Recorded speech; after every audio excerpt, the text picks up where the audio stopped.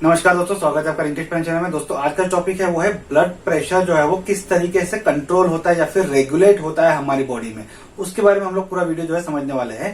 पहले के जो टॉपिक्स है पिछले 3-4 दिनों में से वो भी आप वीडियो रेफर कर सकते हैं, ताकि आपके जो यहाँ पे जो कुछ पॉइंट्स हैं बोलने वाला हूँ वो जो पॉइंट्स हैं वो और अच्छे से क्लियर हो पाएंगे। वो टर्म्स जो है वो बहुत अच्छे से आपको समझ में आएंगे। तो पहले के 3-4 वीडियोज जो है वो आप एड्रेनल ग्लैंड से जो मैंने शुरू किया है वहां से अगर आप ये वीडियो देखते हैं तो ये वीडियो समझने में आपको और भी आसानी होगी। सबसे पहले वीडियो में पूरा शुरू करने से पहले मैं कंक्लूजन बता देता हूँ एकदम सिंपल भाषा में कि ये होता कैसे है।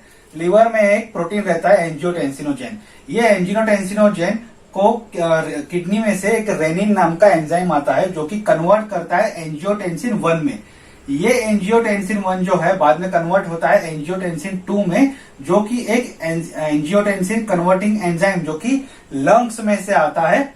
ये एंजियोटेंसिन एंजाइम जो रहता है जो 2, यही सबसे मेन इंपॉर्टेंट रहता है जो ब्लड प्रेशर को रेगुलेट करने में या मेंटेन करने में काफी इंपॉर्टेंट रोल प्ले करता है। वो सबसे आखिरी में हम लोग वो समझने वाले हैं। तो एक काम वो करता है कि ब्लड प्रेशर में जो ब्लड वेजल्स रहते हैं, जो नसें रहती हैं खून की, उसमें वैसो कंस्ट्रिक्शन यानी कि उसमें कॉन्ट्रेक्शन इंक्रीज करने का काम करता है और एड्रेनल ग्लैंड पे जाके अफेक्ट करता है। दूसरा काम ये करता है कि एड्रेनल ग्लैंड पे जाके अटैक करता है, वहां से एल्डोस्टेरॉन जो है वो रिलीज करने के लिए बोलता है।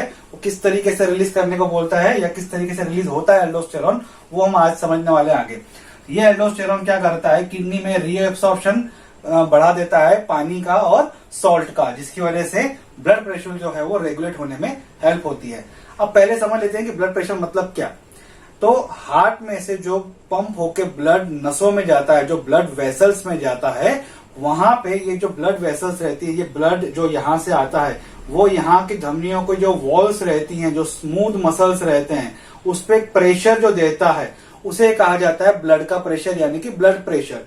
ये अगर प्रेशर कम है या ना के बराबर या बिल्कुल नहीं है तो इसे बीपी लो होना बोलते हैं, और ये ब्लड प्रेशर ज्यादा है तो इसे बीपी हाई यानी कि ब्लड प्रेशर हाई हो गया है, इस तरीके से बोलते हैं।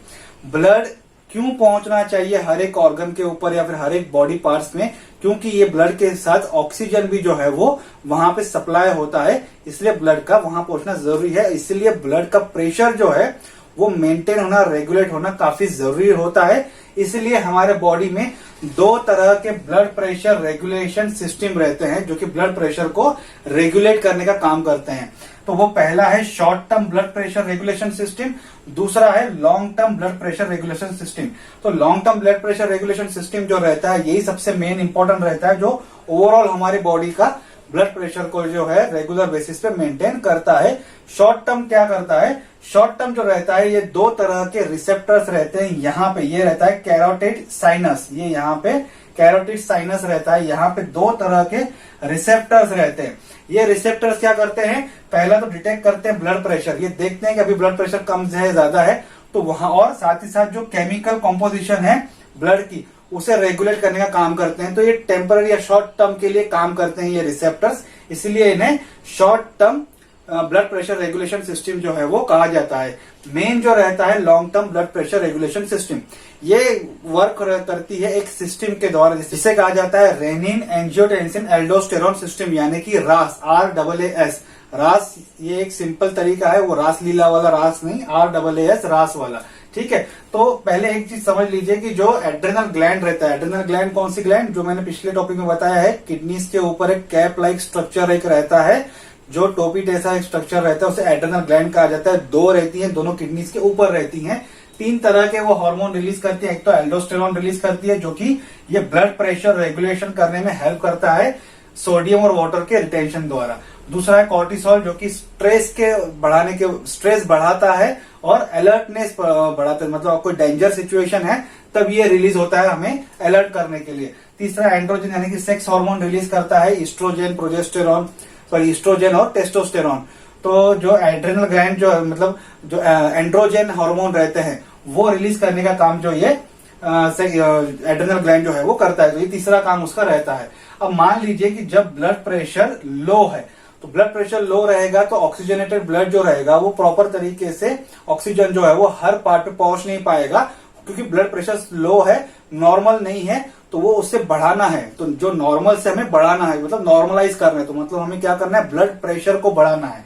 तो क्या होता है, जब ब्लड प्रेशर लो हो जाता है तो एक सेंसेशन जाता है जक्स्टा ग्लोमेरुलर सेल जो रहती है, जो कि किडनी में रहती हैं। तो ये जक्स्टा ग्लोमेरुलर सेल क्या करती हैं, एक रेनिन नाम का एंजाइम रिलीज करती है। यहीं पे आ गया पूरा टॉपिक। रेनिन नाम का एंजाइम जो है वो रिलीज करती हैं।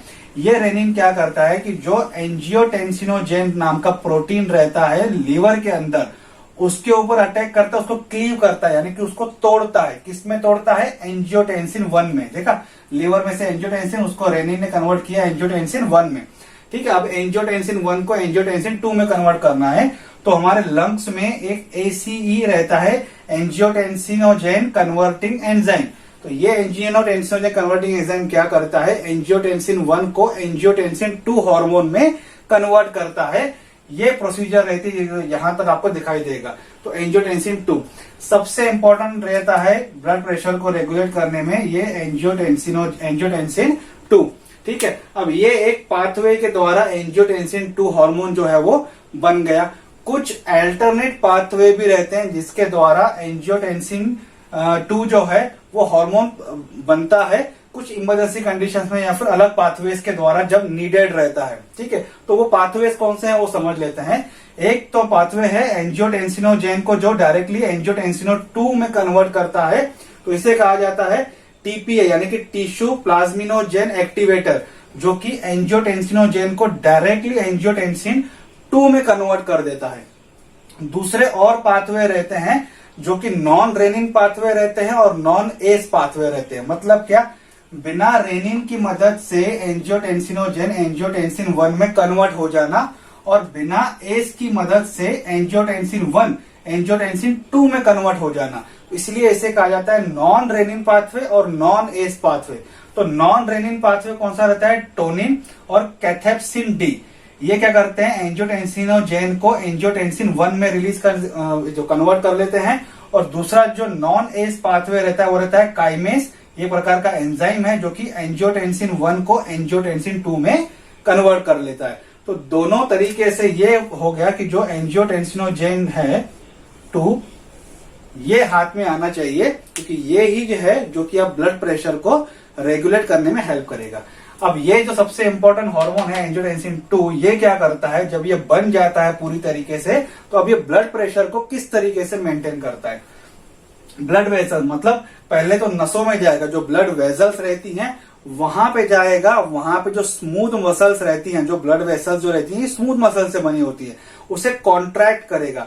ये इस तरीके से है तो उसे और कॉन्ट्रैक्ट करेगा, ताकि जो प्रेशर है ब्लड का, उसको जगह कम होगी तो वो बढ़ जाएगा, है ना। जैसे कि मान लीजिए कोई मोटर है, उसमें से पानी जा रहा है पाइप के द्वारा, तो उस पाइप को अगर हम लोग थोड़ा सा फोर्स करते हैं तो कैसे प्रेशर बढ़ जाता है पानी का, उसी तरीके से ब्लड वेसल्स में क्या होता है, जब वो प्रेशर उसका बढ़ाने के लिए उसे कॉन्स्ट्रैक्ट जो है वो कॉन्ट्रेक्शन जो है वो उसका बढ़ा देती है। ठीक है, दूसरा हम देखते हैं कि पिट्यूटरी ग्लैंड को, ये क्या करता है, पिट्यूटरी ग्लैंड के पास जाता है, उसके पोस्टेरियर पार्ट के ऊपर अटैक करता है, पोस्टेरियर पार्ट को रिलीज करता है।